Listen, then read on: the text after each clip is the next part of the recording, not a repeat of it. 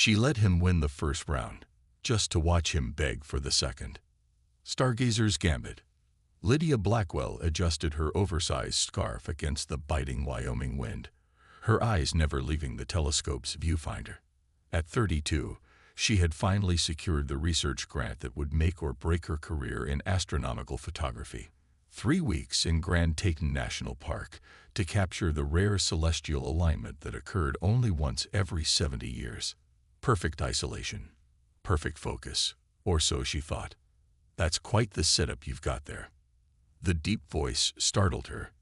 Lydia straightened, one hand instinctively steadying her equipment. A man stood several feet away, his silhouette backlit by the setting sun, camera equipment hanging from broad shoulders. "This area is reserved," she said, gesturing to the small sign she'd posted. "Official research." He stepped closer, and the fading light revealed a face with laugh lines around keen hazel eyes. His dark hair was windswept, beard neatly trimmed. "Ethan Reeves, National Geographic," he said, extending a gloved hand. "They sent me to photograph the wildlife migration patterns that coincide with the alignment." Lydia reluctantly shook his hand. "Dr. Lydia Blackwell, University of Colorado. I wasn't informed about sharing the observation point." His smile revealed a slight gap between his front teeth. "Park ranger mentioned you might be here. Said the permit allows for multiple researchers as long as we don't interfere with each other's work." She bit back a sigh, knowing he was right. The Park Service was notorious for double-booking prime locations. "Just stay clear of my equipment's tight line." She gestured vaguely to the west. "The alignment will be visible there in about 3 hours." Ethan nodded, already surveying the landscape with a photographer's calculating eye. The elk herd should be moving through the valley below around the same time. Perfect timing. He glanced at her complex array of technical equipment. Astrophotography, spectral analysis, and photographic documentation, she corrected, returning to her calibrations.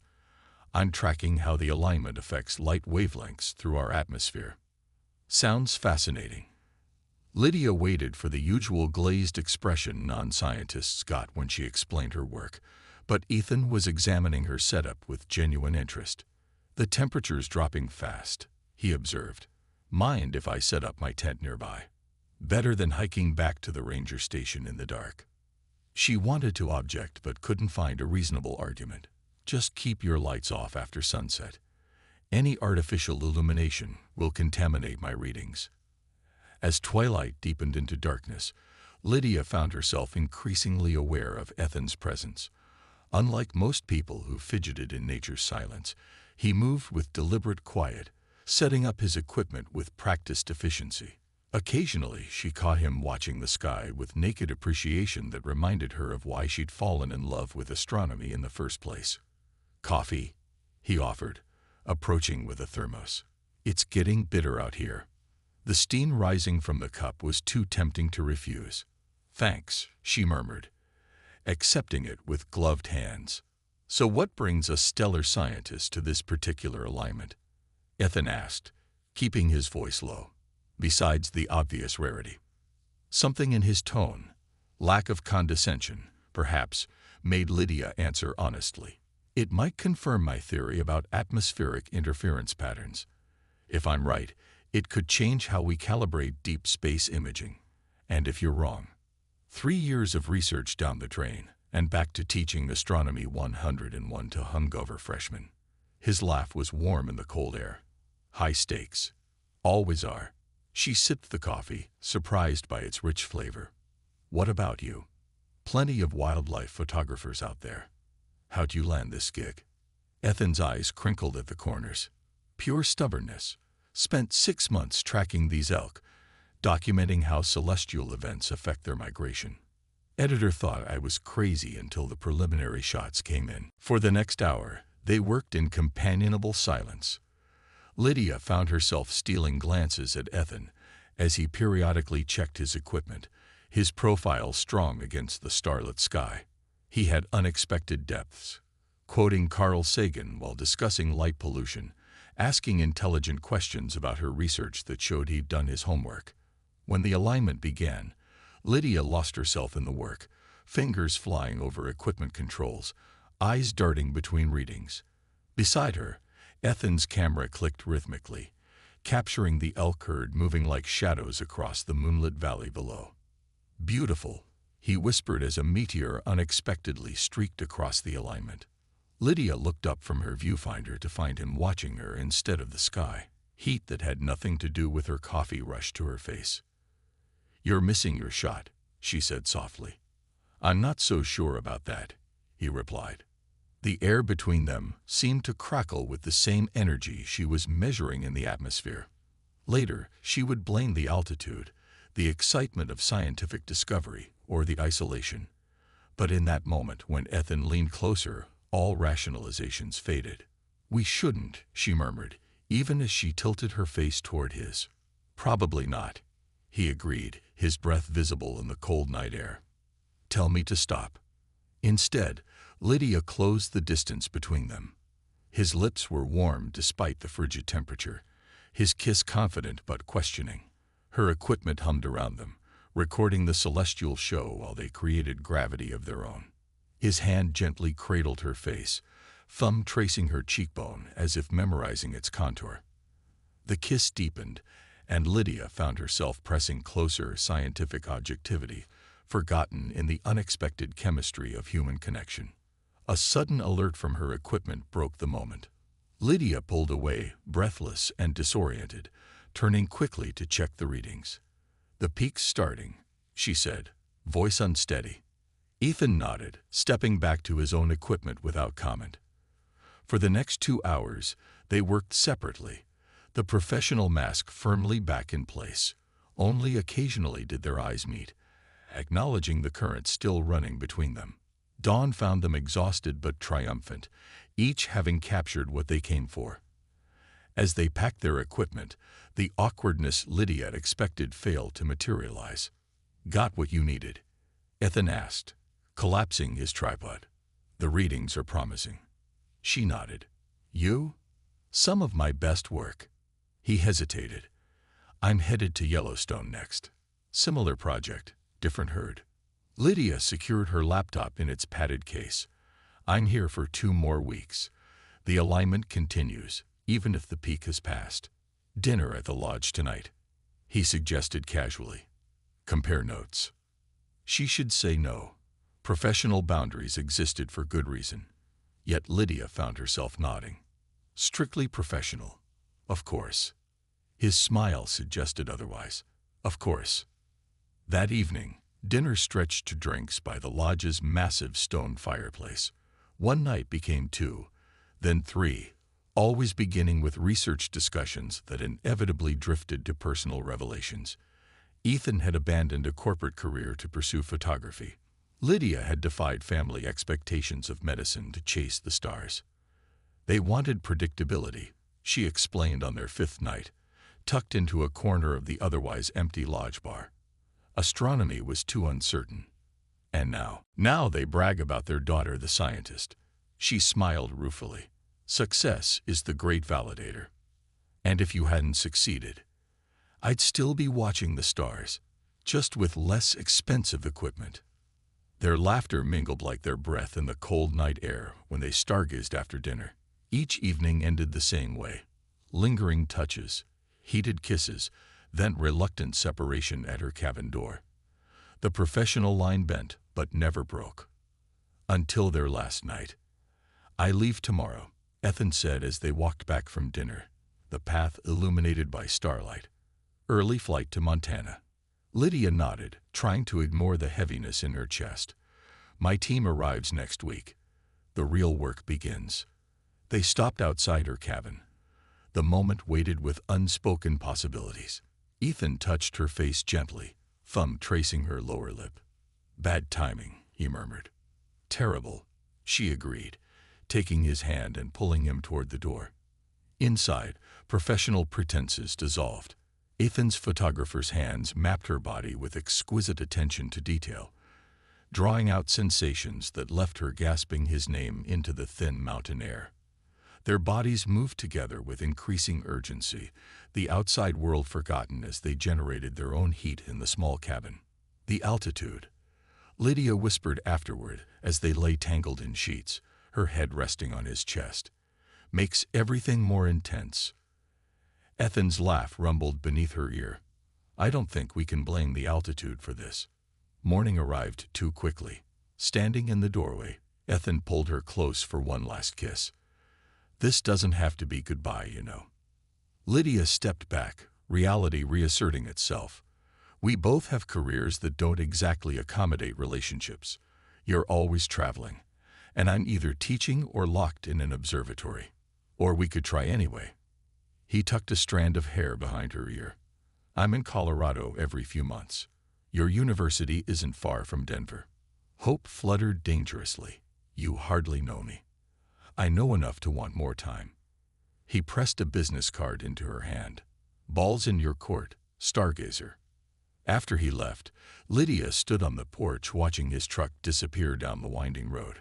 The card in her hand felt weightier than its paper should allow, leaden with possibilities and complications. That night, alone at her observation point, the stars seemed different, not just subjects for study but witnesses to human connection. Her equipment captured perfect readings, exactly what she'd come for. But for the first time in her career, the science wasn't enough. 3 days later, her finger hovered over her phone. Professional considerations warred with the memory of Ethan's touch, his unexpected depth, the connection that defied logical explanation. Sometimes, she murmured to the empty room, echoing something he'd said about wildlife photography. You have to risk missing the perfect shot to get something even better. Lydia pressed call. Wilderness Whispers. 6 months after leaving Wyoming, Ethan Reeves found himself thinking of Lydia as he set up his camera equipment along the shores of Lake Louise. The Canadian Rockies in winter held a pristine beauty that usually captivated him entirely, but today his mind kept drifting to dark auburn hair and intelligent eyes that had seen right through his casual photographer persona. They'd spoken weekly since Wyoming, video calls that started professional and inevitably turned personal, text messages throughout their days, shared articles and photographs. Their careers had kept them physically apart, but the connection remained, growing despite the distance. Got a minute?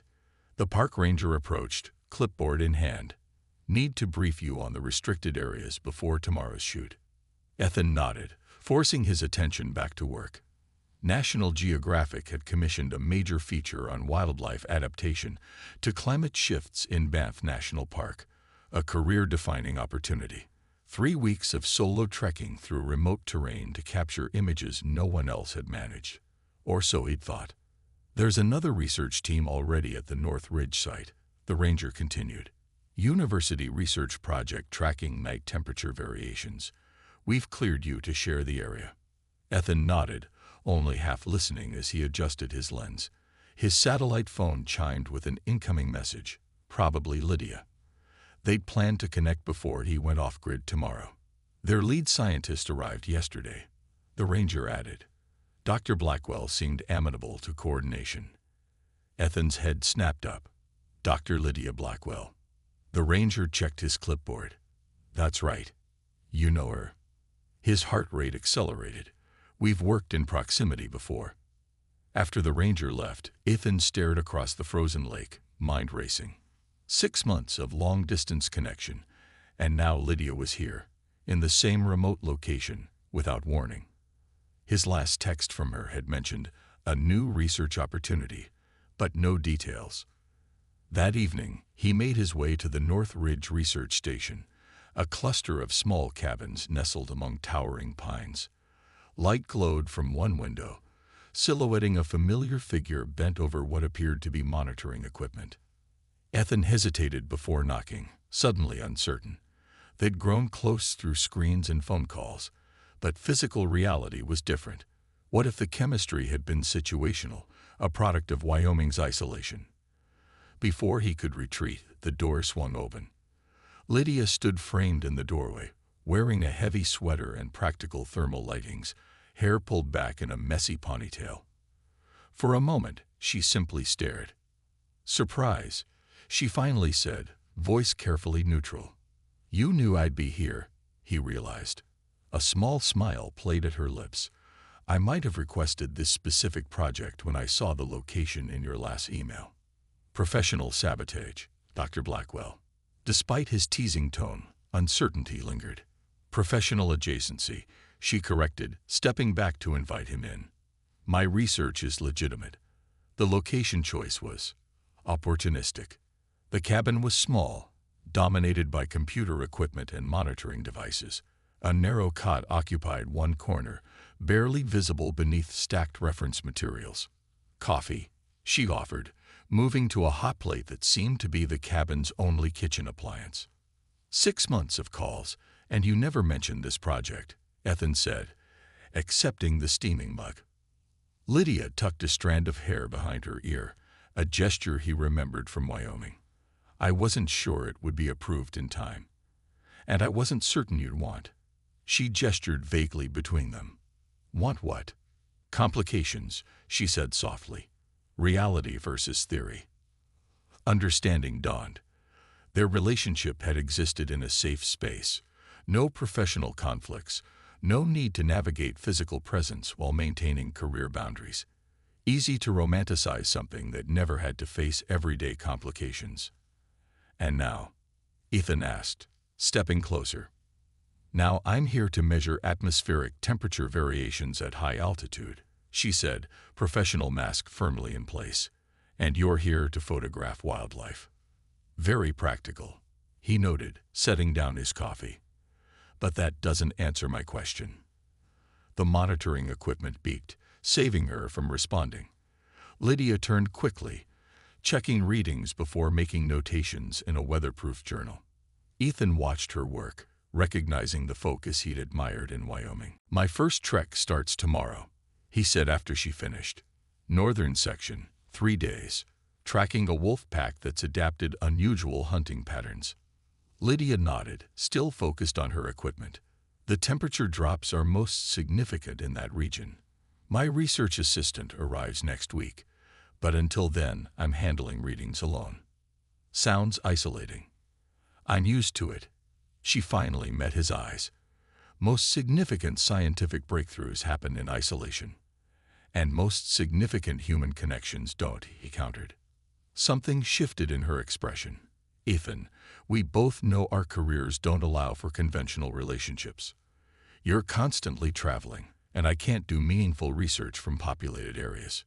Yet here we are," he said quietly, "in the same remote location, almost like someone arranged it." Color rose in her cheeks. A temporary alignment, like in Wyoming. He took her hand, pleased when she didn't pull away. "That alignment changed atmospheric readings, if I recall, made the impossible measurable." Their gazes held, the cabin suddenly too small, too warm despite the winter chill seeping through log walls. 6 months of distance dissolved in an instant. "I should check the outdoor sensors," Lydia said, breaking the moment. "The overnight readings are critical." Ethan nodded, recognizing her retreat. "I'll help. 4 hands are faster than 2. They worked in the moonlight, checking sensor arrays positioned around the cabin. Professional conversation gradually gave way to personal updates, her department politics, his editor's impossible deadlines, shared frustrations, and small victories. Wyoming got accepted for publication, Lydia mentioned as they checked the final sensor. "The alignment data confirmed my theory." "Congratulations." Ethan grinned. "Does this mean hungover freshmen are safe from your teaching?" Her laugh crystallized in the frozen air. "For now. The university approved my sabbatical after the paper was accepted. This project is the follow-up research." They stood in comfortable silence, breath clouding between them, the Milky Way brilliant overhead. In the distance, a wolf howled, a haunting sound that carried across the snow-covered landscape. "Your subjects are calling," Lydia murmured. "They can wait until morning." When he kissed her, it felt both familiar and new. The connection from Wyoming reignited with 6 months of anticipation. Her cold hands found their way inside his jacket, and his tangled in her hair, freeing it from its practical ponytail. Inside, she whispered against his lips, "Before we freeze." The small cabin became an intimate universe. Layers of winter clothing were slowly discarded, revealing what had only been imagined during their separation. Ethan's photographer's eye memorized every detail: the constellation of freckles across her shoulders, the curve of her waist, the way her eyes darkened with desire. Lydia's analytical mind cataloged sensations: the texture of his beard against her skin, the strength in his hands as they lifted her, the completeness she felt as their bodies joined. Data points that formed a pattern of undeniable significance. Afterward, tangled beneath thermal blankets on her narrow cot, they spoke in whispers despite being the only humans for miles. "I've been offered a permanent position," Lydia said, her head resting on his chest. "University of British Columbia. Research division with minimal teaching requirements." Ethan's hand paused its gentle exploration of her spine. "Vancouver." She nodded against him. "It would mean stability. Lab access. Funding. Sounds perfect." "I'd be less mobile," she added carefully. "Based in one location." He caught the implication. National Geographic's headquarters is in Washington, not so far from Vancouver. We'd still have separate careers, but consistent geography. His arms tightened around her. A shared baseline. Morning arrived with heavy snowfall that delayed Ethan's departure. They spent the day in professional parallel. Lydia analyzing overnight data, Ethan preparing equipment for harsh conditions. Occasionally their eyes would meet, private smiles acknowledging the night they'd shared. By evening, the park ranger radioed with a warning. Storms intensifying. All expeditions delayed 48 hours. Northridge personnel should prepare for potential isolation. Lydia checked her supplies while Ethan secured the cabin's perimeter. The wind howled, snow accumulating rapidly outside the windows. "Your editor will be disappointed," Lydia said as they settled by the small heating stove. "Actually, this might be perfect." Ethan reached for his camera bag, extracting a satellite tablet. "I've been working on a side project. Something more personal than my usual work." He pulled up a series of images, night skies from various locations, each featuring celestial events. But unlike typical astrophotography, these included human elements: silhouettes of researchers, the dome of an observatory, hands adjusting telescope equipment. "The human element in cosmic observation," he explained. "Documenting the people who study the stars, not just the stars themselves." Lydia scrolled through the images, recognizing several prominent observatories. "These are beautiful, Ethan. Different from your wildlife work." "Inspired by a certain astrophysicist," he admitted. "I started it after Wyoming." She stopped on an image that made her breath catch, her own silhouette against the Wyoming night sky, taken during their first meeting. The composition captured both scientific precision and human wonder. "I wasn't sure if I should include it," Ethan said quietly. "Professional boundaries and all." "It's perfect," Lydia whispered, understanding the narrative he was creating. Humanity's endless fascination with what lies beyond, told through those who dedicated their lives to understanding it. "The collection needs more images," he continued.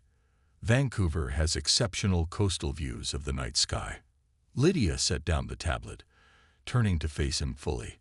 "Are you plotting our future, Mr. Reeves?" "Considering favorable conditions for continued observation," he corrected with a smile. Outside, the storm raged, transforming the landscape into something both familiar and new, much like what was developing between them. Inside, they created warmth against the wilderness, planning tentative futures that somehow accommodated both their scientific ambitions and their connection. 3 days later, when the storm finally cleared, Ethan prepared for his delayed expedition. Standing outside the cabin, equipment packed and ready, he hesitated. 2 weeks, Lydia said, adjusting his scarf against the bitter cold. "Your assignment ends, my assistant takes over here, and we both head to Vancouver." "To see if this works in civilization," Ethan added. "A new research phase," she agreed with scientific precision. Then, less certainly, "What if it doesn't?" Instead of answering immediately, Ethan reached into his pocket and pressed something into her hand, a small meteorite pendant on a silver chain. "Wyoming," he explained. "From the shower we observed, a reminder that even the most momentary celestial events leave lasting evidence." Lydia closed her fingers around it, the cool metal warming against her palm. "That's not very scientific, Professor Reeves. I'm diversifying my methodologies, Dr. Blackwell." Their kiss was brief, practical in the sub-zero temperature, but carried the promise of continued exploration. As Ethan shouldered his pack and began his trek into the wilderness, Lydia watched until he disappeared among the towering pines. Inside the cabin, her equipment continued gathering data, instruments measuring variations too subtle for human perception. She slipped the meteorite pendant around her neck, its weight a tangible reminder of observable phenomena, and the harder-to-measure connections that formed between two people who had found each other beneath the same vast sky. Later that night, as she documented temperature readings, Lydia found herself mentally plotting a new kind of map, one that charted the coordinates of a wildlife photographer's scheduled expeditions against her own research calendar, calculating intersections and planning rendezvous points across continents. Some patterns, she was discovering, were worth rearranging the universe to maintain.